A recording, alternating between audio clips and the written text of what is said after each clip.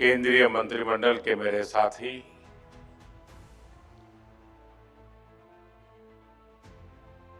सभी सांसदगण, विकसित Bharat young leaders challenge के विनर्स, अन्य महानुभाव और देश भर से यहां आए मेरे सभी युवा साथी, विदेशों से जो नौजवान आए हैं, उनको भी एक नया अनुभव मिला होगा।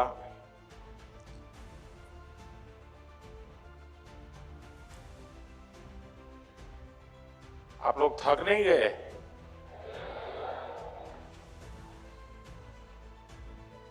दो दिन से यही कर रहे हैं तो अब क्या सुन सुन के थक नहीं जाओगे?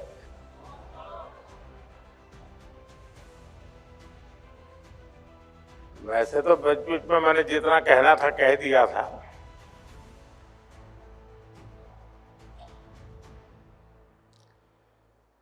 जब मैं पहली बार मुख्यमंत्री पद की शपथ ली थी, तब मैं समझता हूं आप में से बहुत सारे युवा ऐसे होंगे जिनका जन्म भी नहीं हुआ होगा।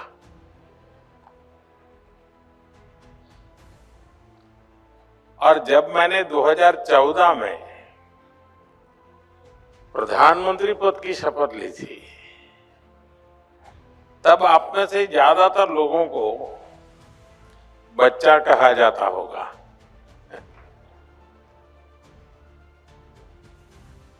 लेकिन पहले मुख्यमंत्री के रूप में और फिर अभी प्रधानमंत्री के रूप में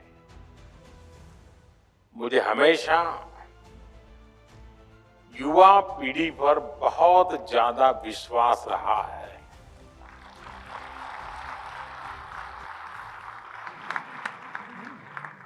आपका सामर्थ्य,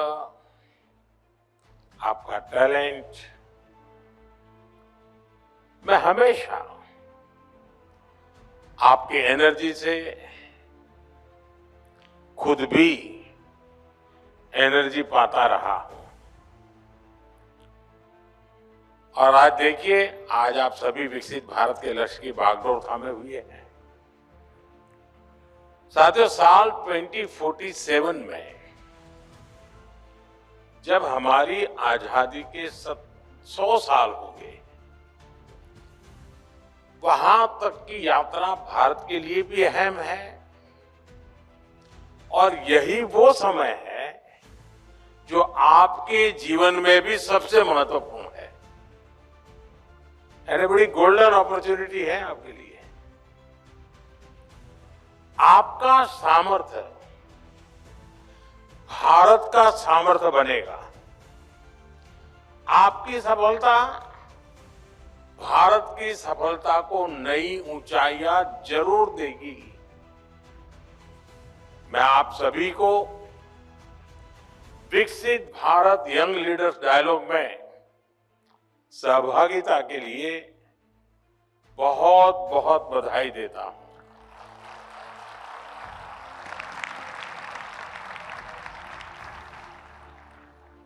मैं इस विषय पर आगे विस्तार से बात जरूर करूंगा, लेकिन पहले बात में आज के विशेष दिन की।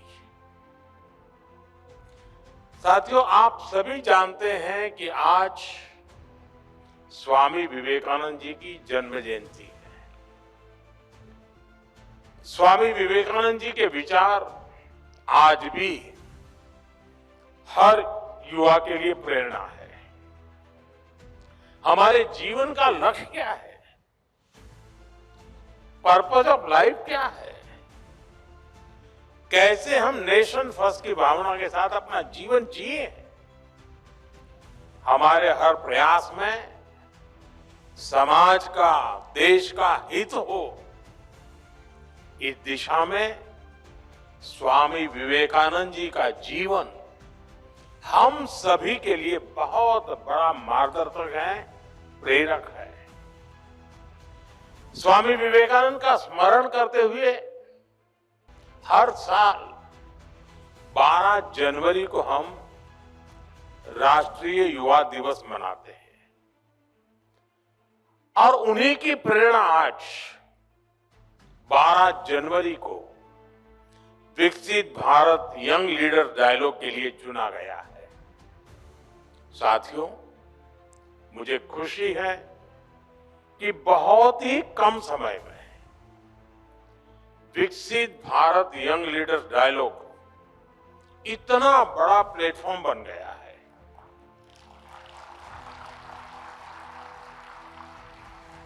एक ऐसा प्लेटफॉर्म जहां देश के विकास की दिशा तय करने में युवाओं की सीधी भागीदारी होती है। करोड़ों नौजवानों का इससे जुड़ना, 50 लाख से अधिक नौजवानों की रजिस्ट्री, 30 लाख से अधिक युवाओं का विकसित भारत चैलेंज में हिस्सा लेना, देश के विकास के लिए अपने विचार शेयर करना, इतने बड़े स्केल पर युवा शक्ति का एंगेज होना अपने आप में अभूतपूर्व है।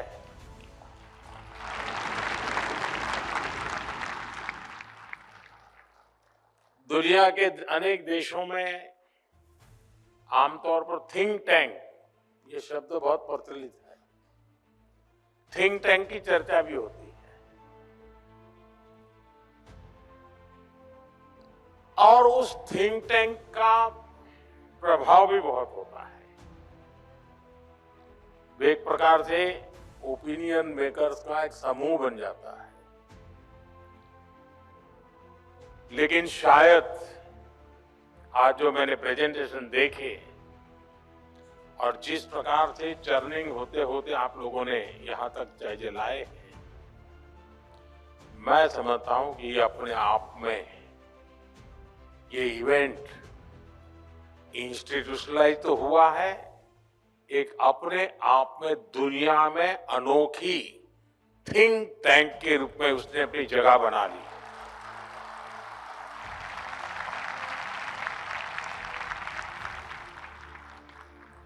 एक निश्चित विषय को लेकर, निश्चित लक्ष्य को लेकर के लाखों लोगों का मंथन होना, इससे बड़ा थिंकिंग क्या हो सकता है। और मुझे लगता है कि इसके साथ थिंक टैंक शब्द बैठता नहीं है, क्योंकि टैंक शब्द इसलिए आया होगा, छोटा सा होता है। ये तो विशाल है, सागर से भी विशाल है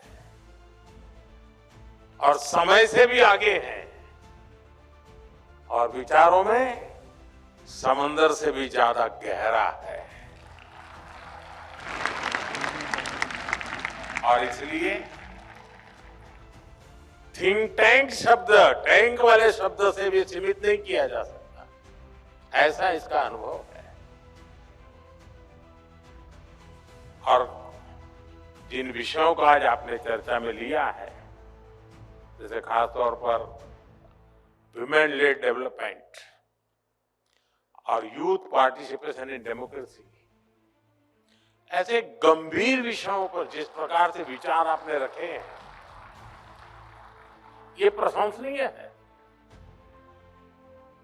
थोड़ी देर पहले आपने यहां जो प्रेजेंटेशन रखे, अलग अलग थीम्स को लेकर प्रभावी बात रखी, ये दिखाता है कि हमारी अमृत पीढ़ी विकसित भारत के निर्माण के लिए कितनी संकल्पित है। इससे ये भी स्पष्ट होता है कि भारत में जैन जी का मिजाज क्या है।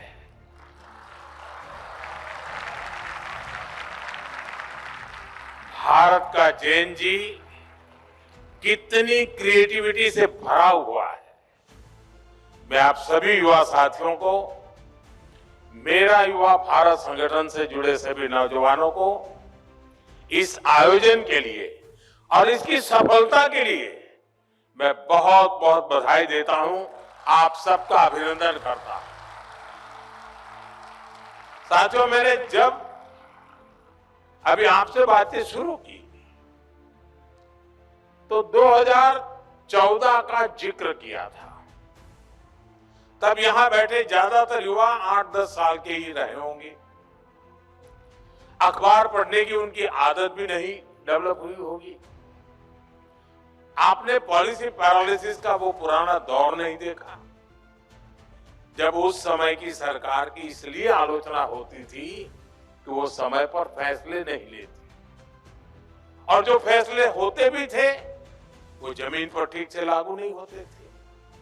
नियम कायदे ऐसे थे जिससे हमारा नौजवान कुछ नया करने के बारे में सोच भी नहीं सकता था। देश का युवा परेशान था कि इतनी बंदिशों में वो जाए तो जाए कहां। साथियों, ये हालत ये थी कि अगर किसी एग्जाम के लिए, जॉब के लिए अप्लाई करना होता था तो सर्टिफिकेट अटेस्ट कराने के लिए अफसरों और नेताओं के साइन लेने में ही दम निकल जाता था। फिर फीस का डिमांड ड्राफ्ट बनाने के लिए बैंक और पोस्ट ऑफिस के चक्कर लगाने पड़ते थे। अपना कोई बिजनेस शुरू करना होता था तो बैंक कुछ हजार रुपए लाने के लिए 100 गारंटी मांगते थे। आज ये बातें बहुत असामान्य लगती हैं, लेकिन एक दशक पहले तक यही सब कुछ चलता था। साथियों, आपने यहां स्टार्टअप्स को लेकर प्रेजेंटेशन दिया। मैं आपको स्टार्टअप इकोसिस्टम का ही उदाहरण देता हूं कि इसमें जो परिवर्तन होता है वो कैसे हुआ है। दुनिया में 50-60 साल पहले स्टार्टअप कल्चर शुरू हुआ, धीरे धीरे वो मेगा कॉरपोरेशन के युग में बदल गया। लेकिन इस पूरी जर्नी के दौरान भारत में स्टार्टअप्स के बारे में बहुत कम चर्चा हुई। साल 2014 तक तो देश में 500 से भी कम रजिस्टर्ड स्टार्टअप हुआ करते थे। स्टार्टअप कल्चर के अभाव में हर क्षेत्र में सरकार का ही दखल आ भी रहा।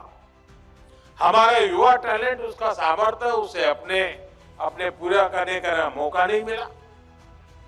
साथियों, मुझे अपने देश के युवाओं पर भरोसा है, आपके सामर्थ्य पर भरोसा है, इसलिए हमने एक अलग राह चुनी। हमने युवाओं को ध्यान में रखते हुए एक के बाद एक नए स्कीम्स बनाई। यहीं से स्टार्टअप रिवॉल्यूशन ने भारत में असली गति पकड़ी। Ease of doing business reforms, startup India, digital India, funds of funds, tax और कंप्लायंस सिंप्लीफिकेशन, ऐसे अनेक इनिशिएटिव लिए गए। ऐसे सेक्टर जहां पहले सिर्फ सरकार की सब कुछ थी, सब कुछ उसी की चलती थी, उनको युवा इनोवेशन, युवा एंटरप्राइज के लिए ओपन किया गया। इसका जो प्रभाव हुआ वो भी एक अलग ही सक्सेस स्टोरी बन चुका है। साथियों, आप स्पेस सेक्टर को ही लीजिए। 5-6 साल पहले तक स्पेस सेक्टर को आगे बढ़ाने की जिम्मेदारी सिर्फ इसरो पर थी। हमने स्पेस को प्राइवेट एंटरप्राइज के लिए ओपन किया, इससे जुड़ी व्यवस्थाएं बनाई, संस्थाएं तैयार की, और आज स्पेस सेक्टर में 300 से अधिक स्टार्टअप काम कर रहे हैं। देखते ही देखते हमारे स्टार्टअप स्काईरूट एरोस्पेस ने अपना रॉकेट विक्रम एस तैयार कर लिया है। एक और स्टार्टअप अग्निकुल कॉस्मोस ने दुनिया का पहला 3D प्रिंटेड इंजन बनाकर सबको चौंका दिया है। ये सब स्टार्टअप की कमाल है। भारत के स्पेस स्टार्टअप अब लगातार कमाल करके दिखा रहे। साथियों, मैं अब आपसे एक सवाल करता हूं। आप कल्पना करिए कि अगर ड्रोन उड़ाने पर 24 घंटे अनेकों तरह की पाबंदी लगी रहती तो क्या होता। ये थी पहले हमारे यहां ड्रोन उड़ाना या बनाना दोनों कानूनों के जाल में फंसा हुआ था। लाइसेंस लेना पहाड़ चढ़ने जैसा काम था और इसे केवल सुरक्षा के नजरिए से ही देखा जाता। हमने नए नियम बनाए, नियम आसान किए। इसके कारण आज हमारे यहां कितने ही युवाओं को ड्रोन से जुड़े सेक्टर में आगे बढ़ने का मौका मिला है। युद्ध क्षेत्र में मेड इन इंडिया ड्रोन देश के दुश्मनों को धूल चटा रहे हैं और कृषि क्षेत्र में हमारी नमो ड्रोन दीदियां खेती में ड्रोन टेक्नोलॉजी का उपयोग कर रही है। साथियों, डिफेंस सेक्टर भी पहले सरकारी कंपनियों पर ही निर्भर था। हमारी सरकार ने इसको भी बदला। भारत के डिफेंस इकोसिस्टम में स्टार्टअप के लिए दरवाजे खोले। इसका बहुत बड़ा फायदा हमारे युवाओं को ही मिला है। आज भारत में 1000 से अधिक डिफेंस स्टार्टअप्स काम कर रहे हैं। आज एक युवा ड्रोन बना रहा है तो दूसरा युवा एंटी ड्रोन सिस्टम बना रहा है। कोई एआई कैमरा बना रहा है, कोई रोबोटिक्स पर काम कर रहा है। साथियों, डिजिटल इंडिया ने भी भारत में क्रिएटर्स की एक नई कम्युनिटी खड़ी कर दी है। भारत आज ऑरेंज इकोनॉमी यानी कल्चर, कंटेंट और क्रिएटिविटी का अभूतपूर्व विकास होते देख रहा है। Bharat media, film, gaming, music, digital talent, VR, XR जैसे क्षेत्रों में एक बड़ा ग्लोबल सेंटर बन रहा है। अब यहां पर एक प्रेजेंटेशन में हमारे कल्चर को एक्सपोर्ट करने की बात तेज आई। मैं तो आप नौजवानों से आग्रह करता हूं, हमारी जो कहानियां हैं, कहानी किस्से हैं, रामायण है, महाभारत है, बहुत कुछ है, क्या हम उसमें गेमिंग की दुनिया में ले जा सकते हैं इन चीजों को? पूरी दुनिया में गेमिंग एक बहुत बड़ा मार्केट है, बहुत बड़ी इकोनॉमी है। हम अपनी माइथोलॉजी की कथाओं को लेकर के भी गेमिंग की दुनिया में नए नए खेल ले जा सकते हैं। हमारे हनुमान जी पूरी दुनिया की गेमिंग को चला सकते हैं।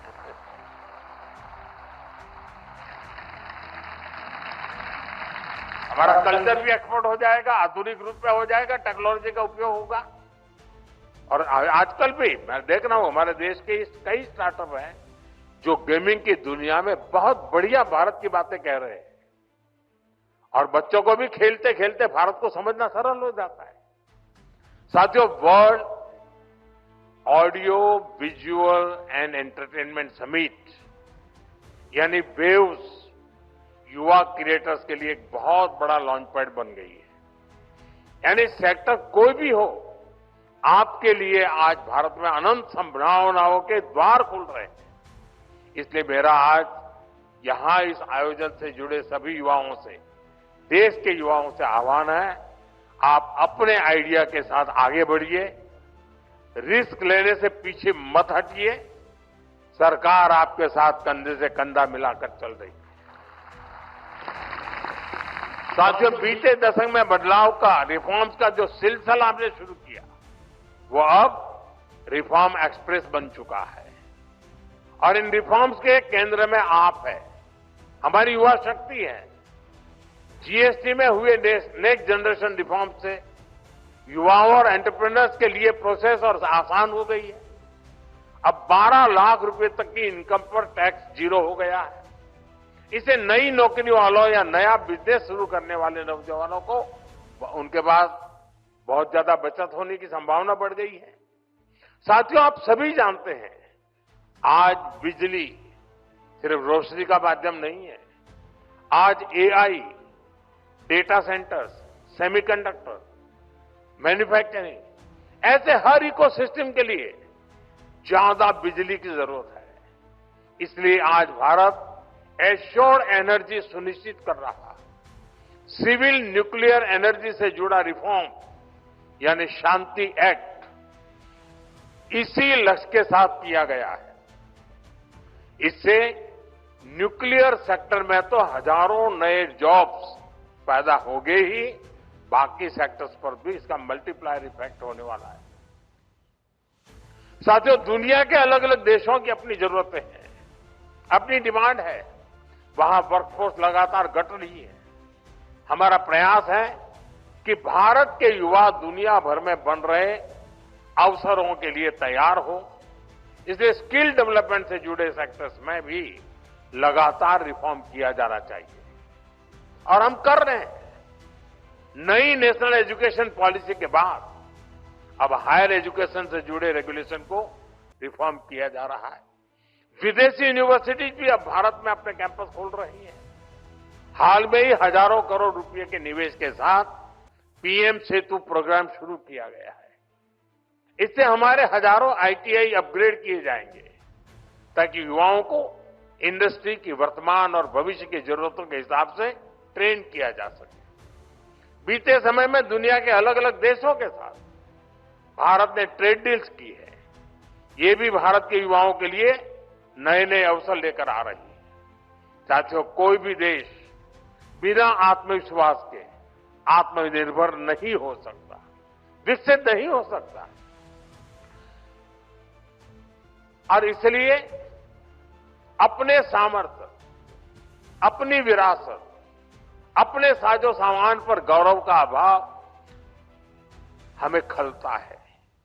हमारे पास उसके प्रति एक कमिटमेंट चाहिए, गौरव का भाव होना चाहिए और हमें बड़ी मजबूती के साथ, गौरव के साथ मजबूत कदमों से आगे बढ़ना चाहिए।